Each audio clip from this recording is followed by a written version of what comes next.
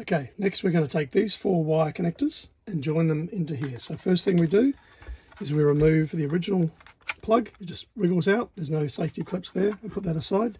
Keep this. It's actually worth about £160 to replace, so don't throw it in the bin if it's working. You may need it later. So next we've got this connector, and you'll notice here on the back side we've got 4 thick wires at one end and we've 4 thin wires at the other end. The thin wires are for the bed limit switches that we are no longer in use, because this has now got infinite control up and down.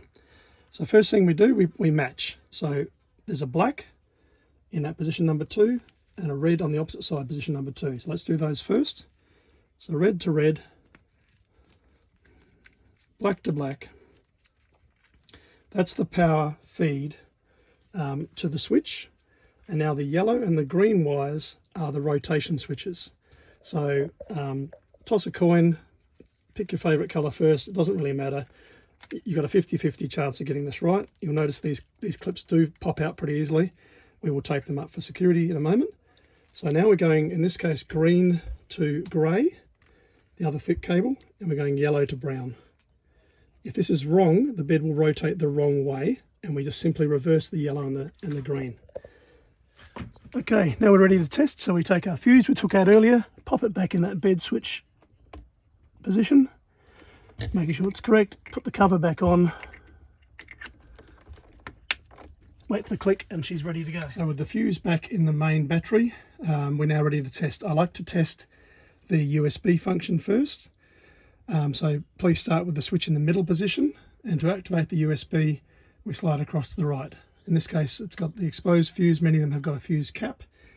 So you'll see here, move to the right, boom, power on, 13.6 volts. In this case we're on mains, I think. So we now know that this is working. We then can move back. So the whole idea is this way for USB on, middle for everything off, left for bed only. Now let's see how my bed worked. Will the bed go down? Do you want to come back a bit, Jules, and look at the bed here? So what we've done here, remember, is to drop the bed about 20 centimetres just so we know how this is going to work first time. So down. Ah, it worked. I got my wires right. Down and up. It literally is that easy. Let it go and it stops exactly where you want it. Cool.